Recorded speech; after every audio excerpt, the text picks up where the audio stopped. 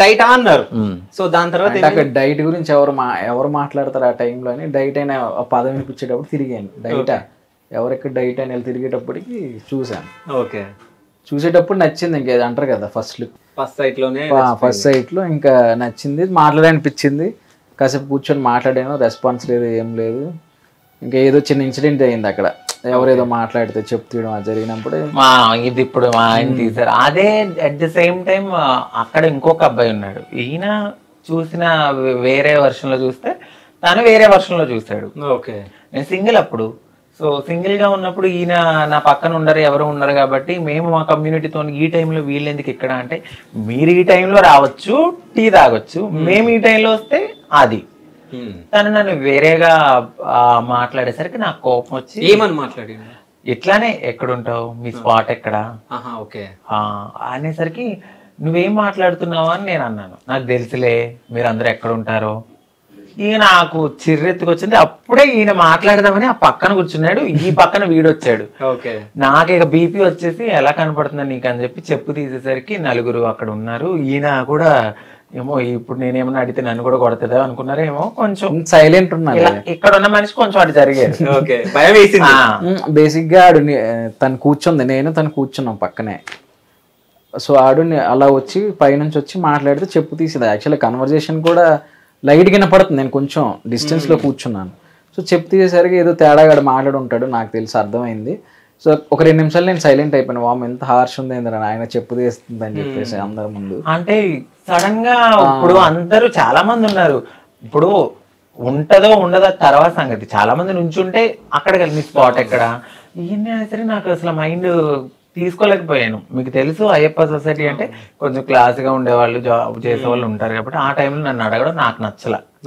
నేను ఫస్ట్ నుంచి అంతే, నన్ను ఎవరైనా ఆ మాట అడిగితే నాకు కోపం వస్తుంది.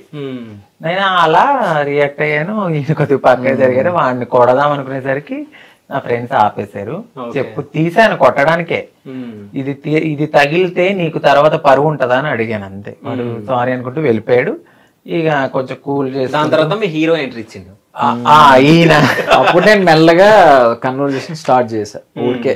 అప్పటికి ఈయన ఒక కేక్ ఇవ్వడము అవి ఇస్తుంటే నేను తినకపోవడం, మా ఫ్రెండ్కి ఇచ్చిన తినకపోవడము, మాట్లాడడము, చూపులు అనుకోకుండా మరి నాకెంతకు ఇష్టం అయ్యిందో మరి నాకు తెలీదు. చూడడం అది జరిగింది, నెంబర్ అడిగారు, ఇవ్వలేదు. ఆ తర్వాత నెక్స్ట్ టైం మళ్ళీ అనుకోకుండా వాళ్ళ బ్రదరు ఈయన రావడం, అక్కడ అడిగితే అప్పుడు కాదు అనుకోకుండా వచ్చిరా మీరు కూడా ఆ టైం కి అనుకోకుండానే ఈయన డైలీ వస్తారని మీకు తెలుసు అంటే మీరు అంటే ఈయన చెప్తారు కదా నాకు పెళ్లి తర్వాత చెప్పాను, నాకు నేను డైలీ వస్తాను. ఈయన బ్యాచులర్, ఈయన టీ అవి కావాలంటే అక్కడికే రావాలి. ఎవలాంటి వాళ్ళైనా కూడా అక్కడికే ఆపోజిట్ గల్లీలో ఉండేవాడిని, పక్కనే ఉండేవారంట. నాకు తెలియదు, తర్వాత తెలిసింది. రావడం పోవడం జరిగేది. ఆ టైంలో మళ్ళీ నేను ఎందుకు వెళ్ళాను, మళ్ళీ పిల్లోని తీసుకుని ఒకసారి వెళ్ళాను. మళ్ళీ అక్కడ చూడడం, హాయ్ గుర్తున్నాను అప్పుడు అది. అవునా అది వాళ్ళ తమ్ముడికి నెంబర్ ఇచ్చాను తప్ప, అది కూడా ఈయన అడిగితే ఆయనకి డైరెక్ట్ గా ఇవ్వను నేను అని చెప్పి తీసుకున్నాక మళ్ళీ మాట్లాడుకుని ఆ నెక్స్ట్ డే మళ్ళీ మా ఇంటికి రావడం. కాదు ఏమని మాట్లాడారు ఫోన్ లో? హాయ్ ఎలా ఉన్నావు, తిన్నావా, ఇవే మాట్లాడే, ఎక్కువ ఏం మాట్లాడిపోయిండే. అదే టైంలో నాకు ఏదో అవసరం పడి తీసుకురమ్మన్నాను. ఓకే, ఏదో ఫుడ్ సంథింగ్ ఏదో తీసుకొచ్చారు ఈయన. ఓకే, నాకు అప్పుడు నచ్చింది. ఓకే, ఒక ఫ్రెండ్ గా మనం మాట్లాడొచ్చు. ఫుడ్డే తీసుకొచ్చారు నాకు, మా అబ్బాయికి. ఇంకా నాకు ఒక ఫ్రెండ్షిప్ బాండింగ్ వచ్చింది. ఫస్ట్ ఈయన నాకు ప్రపోజ్ చేసేంత వరకు నేను ఈయన ఫ్రెండ్ లానే ట్రీట్ చేసాం కొన్నాళ్ళు. తర్వాత మళ్ళీ ప్రపోజ్ చేసి అది కొంచెం చాలా సిన్సియర్ గా తీసుకునేసరికి నేను ఈయన అవాయిడ్ చేసేసాను.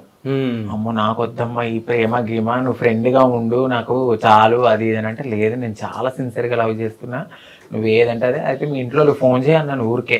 ఓకే, నైట్ అప్పుడు 2 అయింది.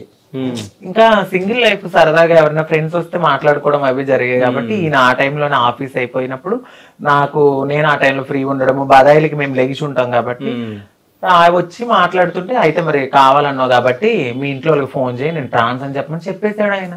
ఓకే, వాళ్ళ ఇంట్లో వాళ్ళకి తెలియలేదు, అంటే ట్రాన్స్ అంటే ఏంటో ఇంగ్లీష్ లో తెలియదు కాబట్టి నేను ఇలా ఫలానా ఎక్స్ప్లెయిన్ చేస్తే వాళ్ళు నాన్న ఏం చేస్తున్నావు నీకు అర్థమవుతుందని తిట్టారు ఆయన. లేదు నాకు అదే కావాలా, ఆ అమ్మాయి కావాలా, అది ఇదని మాట్లాడారు.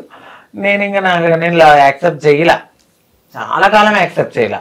చేయకపోతే కోపం వచ్చి ఈయనకి నేను వెళ్ళిపోమన్నా ఇంట్లో నుంచి. వద్దొద్దు, నువ్వు రావద్దు, నేను చాలా గోల్స్ తో ముందుకెళ్తున్నా, నా ఫ్యామిలీని చూసుకోవాలి, నీ వల్ల నేను డిస్టర్బ్ అయిపోతాను. ఆ తర్వాత మా పిల్లోడితో కూడా చెప్పేయడం జరిగింది. పాపం చాలా అవమానించాను ఆయన్ని. వద్దు, నాకు అవసరం లేదు అన్ని, అబ్బా టార్చర్ చేసా. వద్దంటే ఏదో ఒకటి గొడవ పెట్టుకుని వదిలేయాలి. రావడం అసలు ఏమనకపోయినా గొడవ పెట్టుకుని వదిలేయాలి. నా థాట్ అదే. అసలు అమ్మ వదలలేదు ఆయన అసలు. ఇక చూసి చూసి చూసి చూసి వన్స్ అపాన్ టైం ఇంకా నాకు ఇంకా వద్దంటే వద్దు వెళ్ళిపో అన్నాను.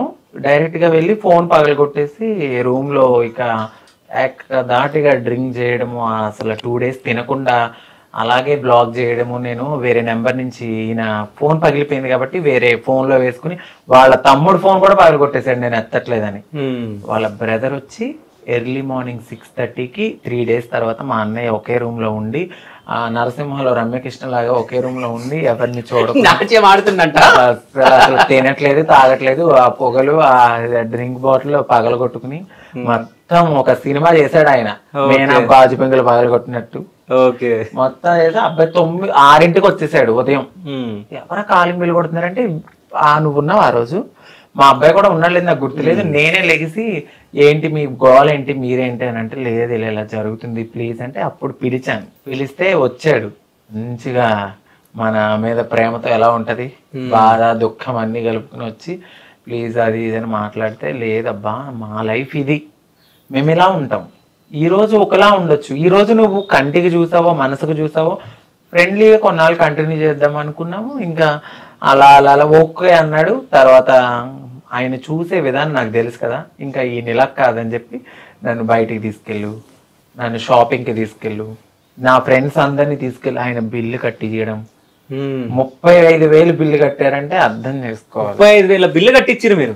ఎక్కడికి? షాపింగ్ కి లేకుంటే తినడానికి? తినడానికి అండ్ అంటే ఫ్రెండ్స్. ఎందుకంటే 35,000 అంటే అందుకే అవుతాయి. ఒక పబ్ తీసుకెళ్లారు. ఆ పబ్ లో కూడా నేను ఒక ట్విస్ట్ ఏమి ఇచ్చానంటే, ట్రాన్స్ ని అలౌ చేయడు కాబట్టి నువ్వు ట్రాన్స్ ని అలౌ చేసేలా చెయ్యాలి, మేము రావాలి అంటే. ఈయన కొంచెం గ్రిప్ ఉంటది కాబట్టి ఆ ఫీల్డ్ కి సంబంధించిన వాళ్ళతో మాట్లాడి మమ్మల్ని తీసుకెళ్ళి అమ్మో అంత చేశాడు. ఇక నచ్చింది నాకు ఆయన ఇది. మీరు ఆయన టెస్ట్ చేసిరా? చాలా. ఓకే, నేను చాలా మందిని చూసున్నాను అప్పటికి ఉన్నది. కాకపోతే ఏంటంటే ఉంటది కదా సస్పెన్స్, చాలా మంది వీళ్ళ దాంట్లో జరుగుతాయి కాబట్టి వాళ్ళ బ్రదర్ క్లారిటీ రావాలి. ఈయన రాలేదు మళ్ళీ అప్పుడు. ఈయన ఓన్లీ తర్వాత కొంచెం ఒక 10-15 minutes వచ్చి వెళ్ళిపోయారు. వాళ్ళ బ్రదరే మొత్తము కార్డు ఇచ్చేసారు. నేను అది వీకెండ్ కదా కొంచెం బిజీ ఉంటాను కాబట్టి, తోడు నువ్వు ఉండరా ఏమైనా ఉంటే పక్కన కాల్ చేయి అని చెప్పాను. తర్వాత ఒక గంటన్నర తర్వాత మళ్ళీ వెళ్ళి ఒకసారి వెళ్ళి చూసుకొని ఓకేనా ఓకే 15 minutes ఉన్నారు, వెళ్ళిపోయారు. ఇంకా అలా కంటిన్యూ అవ్వగా నా బర్త్డే వచ్చింది. నా బర్త్డే వచ్చినప్పుడు ఇంకా మా ఇంటికి తీసుకెళ్ళాను ఒకసారి. మా అమ్మగారు అలా అంత పట్టించుకోలేదు కానీ కొంచెం బాగానే మాట్లాడారు, బాగానే హ్యాపీగా రిసీవ్ చేసుకున్నారు. ఎవరు అంటే ఇట్లా అని చెప్పాను. చెప్తే అవునా సరే అది ఇదని మాట్లాడారు. ఇంకా నా పని చూసుకుని వచ్చేసా. ఈయన బర్త్డేకి గిఫ్ట్ కొన్నారు నాకు అప్పుడే.